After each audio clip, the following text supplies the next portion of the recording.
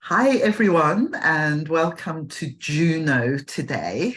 Welcome to Soul Tribe members who are here, who will be part of the conversation, which won't be recorded when this goes on my channel. So if you want to come along and take part in that, please do. So we're doing Juno today, and I want to look at her in the context of vocation.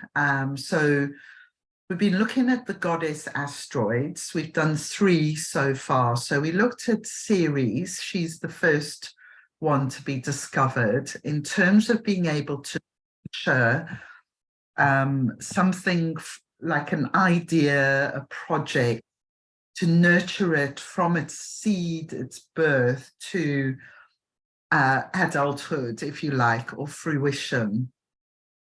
And sometimes our own gaps in our nurturing might explain why we find that challenging, and Ceres can kind of help us with that. And then we looked at Pallas Athena, the daughter, and she's born from the head of Jupiter, her father. So she's all about like the idea of birthing things on the mental plane. And sort of introduce this idea that we, as women, we have 2 ways of creating. We create from the womb, but we can also create from our mind. And especially if we move into higher frequencies, we can create from the causal mind, which is a really kind of awesome place to create from. And today we're going to look at Juno. One thing that's really come up with Juno that's kind of blown my mind a bit today, honestly, when you see where this is going, I'm just like, oh my God, what I feel has been revealed today. But these bodies between Mars and Jupiter, they're said to help us move from a kind of individual consciousness into a more we consciousness. So if you imagine Mars at the end of the inner solar system, and then Jupiter's the beginning of the outer solar system and the collective planet. So we have this kind of bridge. In fact, sometimes it's called the rainbow bridge between the inner and the outer. And so the goddess asteroids start coming in the 1800s. They all kind of appear sequentially. So we have Ceres first in 1801, then we have Pallas in 1802, and we have Juno in 1804. So some of the things that these bodies represent, if you just like take a moment to think about the magnitude of how women's lives have changed since those early 1800s, and the magnitude of, you know, male-female relationships and how those have changed as well.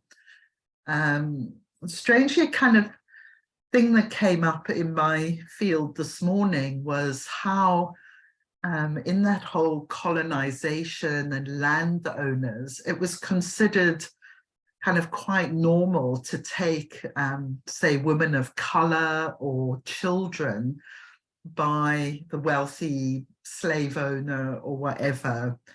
And then subsequently children and generations born from this pattern. And so that's like one thing we could think of, how that shifted, like our attitude towards children and how they should be treated. So Juno is also the goddess of, she's goddess of marriage, but she's also the goddess of children. And so as that popped up today, I feel like it's important in some way that we acknowledge that how these patterns have actually shifted over time since these goddess asteroids arrived, and where we're at now with that. is going to be something very interesting, that it feels like we're so much a part of this kind of next great shift, really. Okay, so I'm going to jump into what I've been putting together, my presentation. Okay, so if you don't know where Juno is, you can have a look at, I'll put it in the chat. Oh, I won't put it in the chat, but it's Terraco.io, and you can find out where your Juno is and put it in the chat for the conversation later. So Juno, sacred relationships, and she's the third goddess asteroid to be discovered.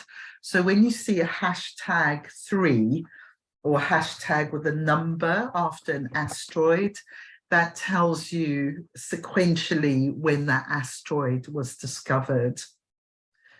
So Juno was the highest goddess in the Roman pantheon, which with a lot of status and influence. She's called Hera in Greece, but in that Greek pantheon, she's not as warrior-like as she often appears more in the Roman, as a kind of warrior on Mount Olympus holding court. So I'm kind of interested in her in terms of vocation, as someone who is about influence, and so in this lens of, I'm going to talk about her mythical story. So my role, I feel, since I discovered the goddess asteroids in my late 20s, is to re-script their mythical story, and so and take on a more empowered version of the myth. So as the empowered feminine and wife, how can she play a role in our vocation? Something's just popped into my mind there that is quite an interesting thought. So some of the people in this group and in Soul Tribe and people I know in my own life have a kind of partner behind them who's quite wealthy, or they don't have to worry too much about earning money in the house. And then you have other people who may be single, or their partner isn't in a position to provide in that way, who kind of have to be on that front line themselves. And I just want to honor both those positions, really, you know, because we have different karma and we're playing out different roles, and we can kind of exchange the energy of those different things. And it's quite interesting because I'm having a Juno return in my design Juno, which is 51, which is all about initiation by thunder and lightning. But I feel like I'm kind of transitioning actually from being at that front line myself to actually now having a partner with a house and all of that, that I don't have to earn money to live in this house. I only have to earn money to take care of us more, if that makes sense. So I'm in some kind of transition actually between these two ways of being, in that kind of career thing. Okay, so Juno is also going to say a lot about your relationships. And you can look at her in relation to where Venus is in your chart, and also the 7th house. So I've got Venus conjunct Saturn, and Saturn would bring older partners, which I've often had, or partners who are ill in some way. And I've had that as well. So it's amazing, like even now, like knowing about my Juno, I'm in another relationship where the person is much older than me. And someone else in the group was saying they have Juno conjunct Mercury, in which case Mercury and communication and sharing of ideas is going to be hugely important in your relationships. So you can look at the sign, the house, and also, you know, what other planets are interacting with your Juno. So what does it mean to be an influencer? Well, I kind of went on a journey with this that is kind of going to take us somewhere really interesting. But at the time I hit this first page, I was thinking that my own personal ways is I influence things I feel through prayer. And prayers for me would include things like celestial communication, through ritual, through creating art, through being a DNA chain breaker in my family, and through role modeling. So you could probably think of other ways of influencing. I mean, social media is a huge one for our times, isn't it? I'm not sure I do influence anyone on social media, so I've not put that down. But maybe someone would like to talk about that later. So this is something that's really come to me in the last year or so, especially as Saturn was actually going through Aquarius recently and really feeling how the structures of our world are being broken down. So Saturn in the 49, Pluto is still in the 60, which is called the cracking of the vessel. And that's a Capricorn. Pluto's in Capricorn. So it's all about breaking down the old order. How important marriage actually is as a kind of construct in our world, and how, you know, whether we're in a marriage or not. Oh, someone's not muted. Ask to mute. Oh, if you're not muted, can you mute? So you also pop up on the screen, maybe, if you don't mute.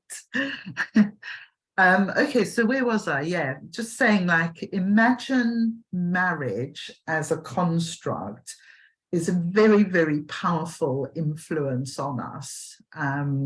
You know, whether we're in a marriage, out of a marriage, happily married, single, you know, the kind of laws, if you like, that govern marriage are hugely influential in our world, whether we're running away from them or we think they're absolutely great. They exert a great power over us, but they are something, this is one of the key constructs that I perceive to be really the cosmos kind of put in this intense pressure on relationships to change. And our last Venus star point was 50 line 4. It's the first one in Libra, the sign of relationships. And 50 line 4 is all about finding equilibrium and harmony. So, you know, these asteroids have been around since the 1800s, but it feels like we are in this really important time right now, like the pressure is increasing more and more to sort it out, basically, or to get more equilibrium. So what are the Juno complexes? Juno is known to be very jealous of her husband, Jupiter, and his sexual exploits.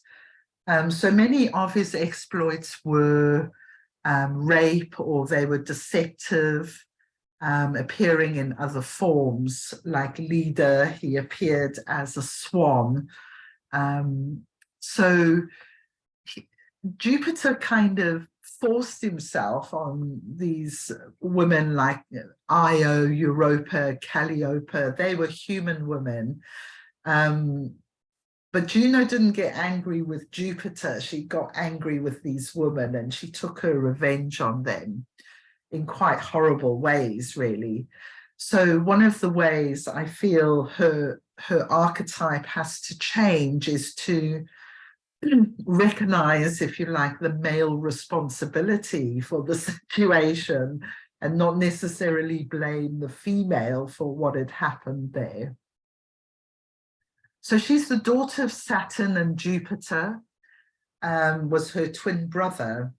So in cases where you have like Juno, say, conjunct Pluto, which is a very challenging planet, very with a lot of dark energy around it, you could conceivably have things like incest there.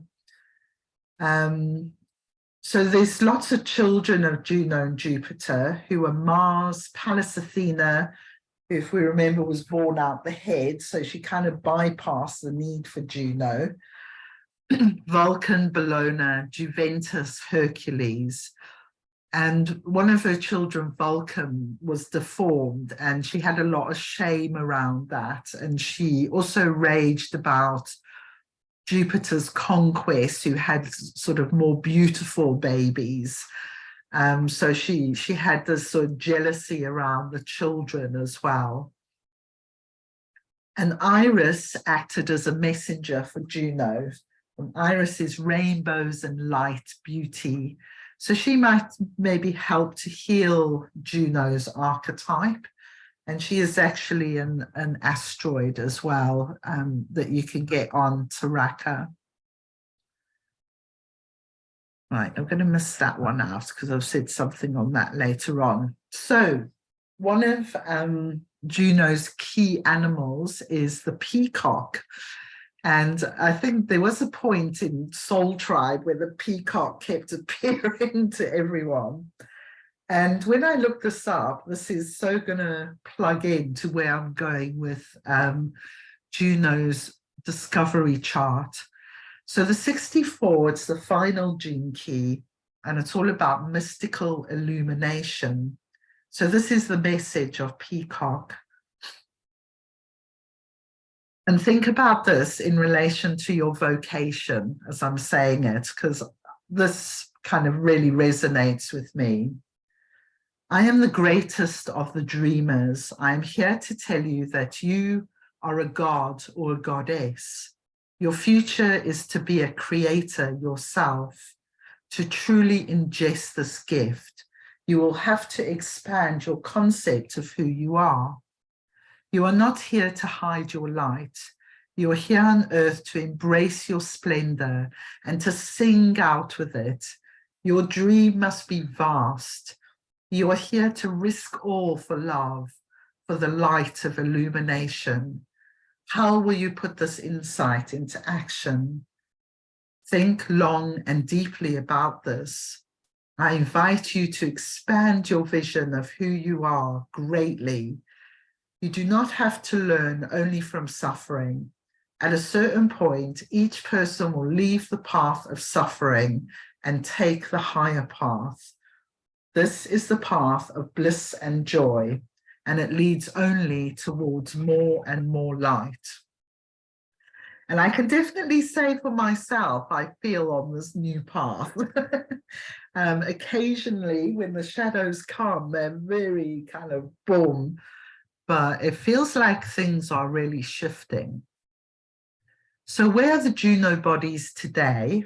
And have a look at your own as well, because Juno is in gene key 51, line 1 today.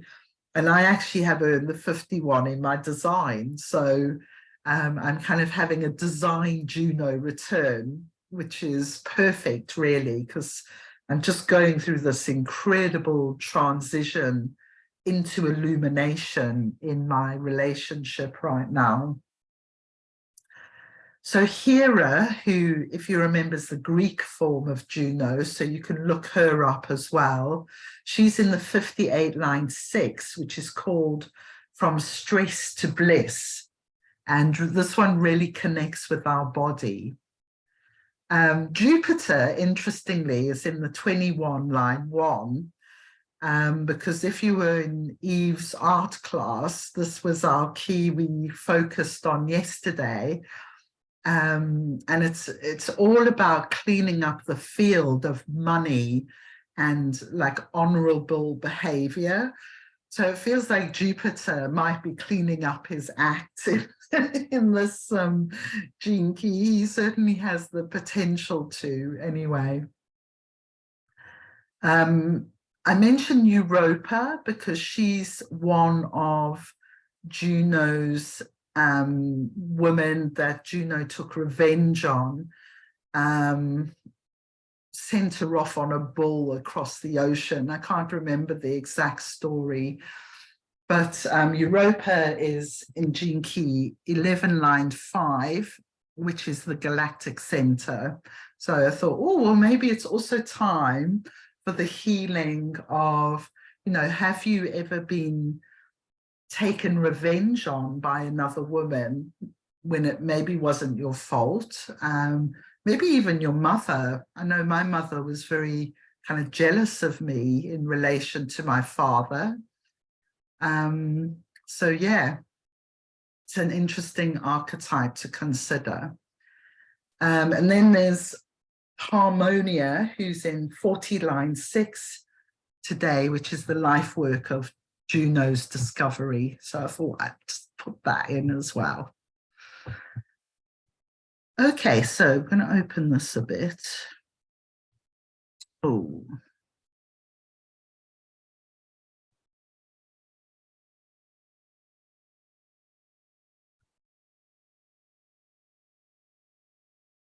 I've done this before, really. Okay, so Juno. Oh, bugger. Go through it. Ah, here we go. Right, show current slide.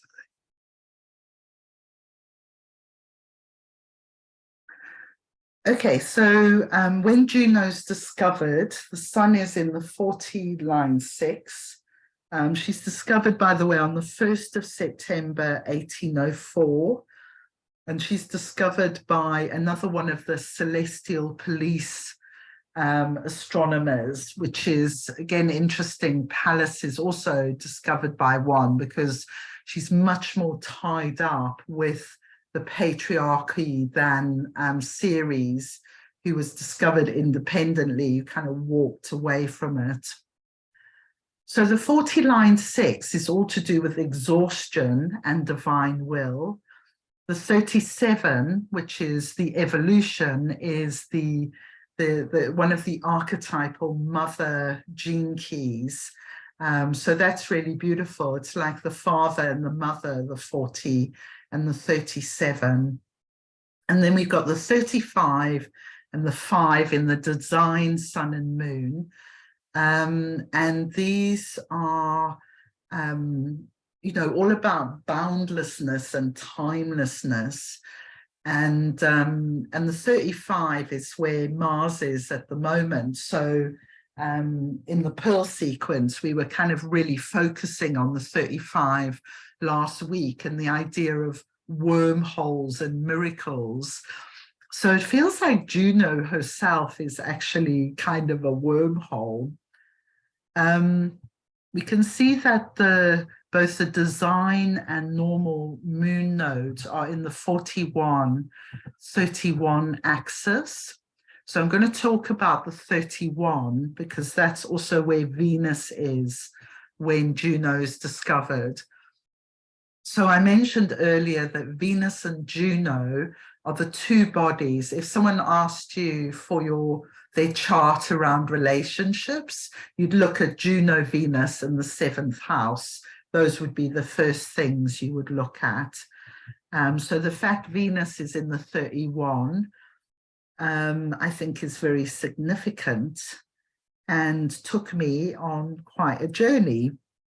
So, and Venus is in the 56 in design, which is all about intoxication and very much a relationship gene key as well. Okay, so I've said some of this. Juno on the Discovery is in the 25, line 5. I mean, what a beautiful line to be in. This is about influencing universal love.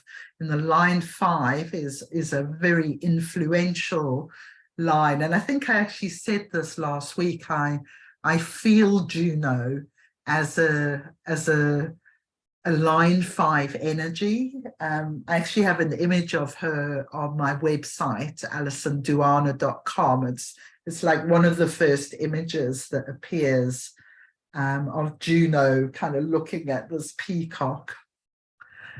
Okay, so I've said this about Venus conjunct the South Node. This is Leo in gene key 31. So I went into 31 and oh my God, it's just like mind blowing, really. So if we return to Peacock for a moment, the message of Peacock is saying we need to be gods and goddesses. We need to be really expanding our ideas of what we can do. But if you're like me, you might have a bit of a reaction to that. Like, isn't that arrogant? You know, isn't that kind of getting ahead of ourselves? And I think the Americans amongst us might not feel it as acutely, but in Britain, there's a real sort of culture of pulling people down who try to kind of be this sort of energy. So I'm sort of aware of that in the collective field. So our general conditioning says that arrogance is a negative trait and humility is a positive trait. And since the 31st gift directly concerns leadership and influence, we are going to have to explore the real definitions of these two words, because the 31st gift of leadership sits like the fulcrum of a seesaw between the two of them. I just want to go back a sec to the chart because sometimes I'm not a huge person who knows about human design, but sometimes I just like to look at the patterns. And if you see on this body graph chart, what is connected is like what I perceive as the fulcrum in the body graph chart is kind of fully connected up. So someone who's into human design might want to kind of give us a bit more on what they think that means. I'll put that chart in the tribe so you can have a closer look at it.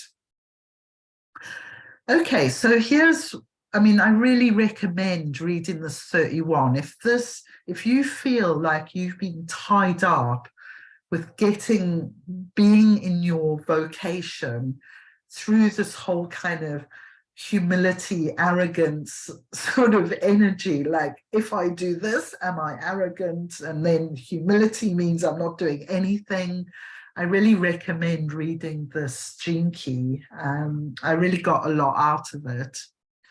It connects with the 62 as well in the ring of no return. So I don't have the 31st, but I do have the 62. And I thought, yeah, I could kind of really see how that is working. So the real arrogance comes up from being cut off from our design source. These are Richard Rudd's words, by the way. They're not mine. They come from the Gene Keys book. Words that are not rooted in a profound sense of wonder are always at some level arrogant. Only the human heart can truly offer an answer to the mystery of existence. And unless your words carry the perfume of love somewhere behind them, they are still wading around in the shadow frequency. So that's kind of thing. And I wanted to read this out as well, because I've had this kind of pattern so much in my life, and I know so many women who have this pattern as well. I do actually, I could say I also have a bit of the scornful pattern, which is the more kind of angry one. But I think, be interesting to see if you relate to this. There are essentially two forms of arrogance, and the repressive form manifests as false humility. These are people who defer their power to others, thus deliberately setting themselves below them. These are really people who care deeply what others think of them, and more than anything, fear to be thought of as arrogant.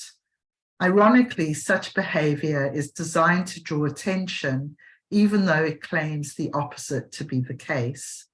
In many ways, these people are even more arrogant than people with the reactive nature. Humility is seen by society as a highly prized and noble accolade, but this kind of false humility hides nothing more than fear. Harsh words, but I've definitely been in that a lot of times.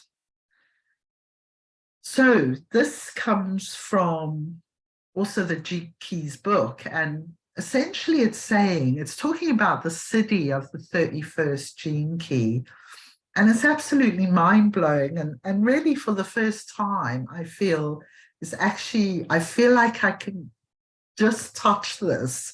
We're not in there, but I'm definitely getting more of the vibe of this.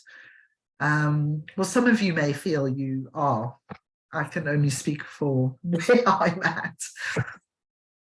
So we influence together. So rather than, expending our energy trying to influence others on our own, in this gene key, we start to influence together. And I want us to consider that Juno opens up the energies for us to be able to do this. So life is no longer about individual success, but success as a collective organism. And that organism essentially is Gaia and us in its biggest form. This is the direction in which evolution is currently taking us. We can therefore see from the 31st gift that a new era is opening up before humanity. And it is an era in which individual leadership is declining, while something we have never seen before is also occurring. The collective is beginning to lead itself. Those frequencies that really catch the heart of the collective are coming through as collective voices and expressions, even though they are transmitted by individuals. The point is that those individuals have little or no self-interest. It is truly an extraordinary age that we are moving towards, and it is only those ready to make the leap into the heart who will inherit the huge benefits coming to us all. And certainly for myself, I feel that that heart initiation coming through relationship and really having to kind of face like some really big stuff around the male-female that I hadn't as yet done. But I feel, with it's kind of like with the support of this soul tribe, the support of the understanding the astrology, it's all making a lot of sense. And yeah, I feel like we're getting there. Well, we are there, but we're also getting there. Okay, so it was quite a long thing today, but I hope that where it took us is inspiring to you. And I'm going to have a look at the chat and just open the floor to anyone who'd like to talk about it. Oh, and I'm just to mention the Mercury retrograde. It's interesting, so many of us have Mercury retrograde because when you do it, you often take a lot longer to get your message out there, to really dig deep into what your message actually is. But, you know, that kind of obstacle could actually help you get more into this 31 Juno kind of vibe, I feel. So, yeah, okay, I'm gonna.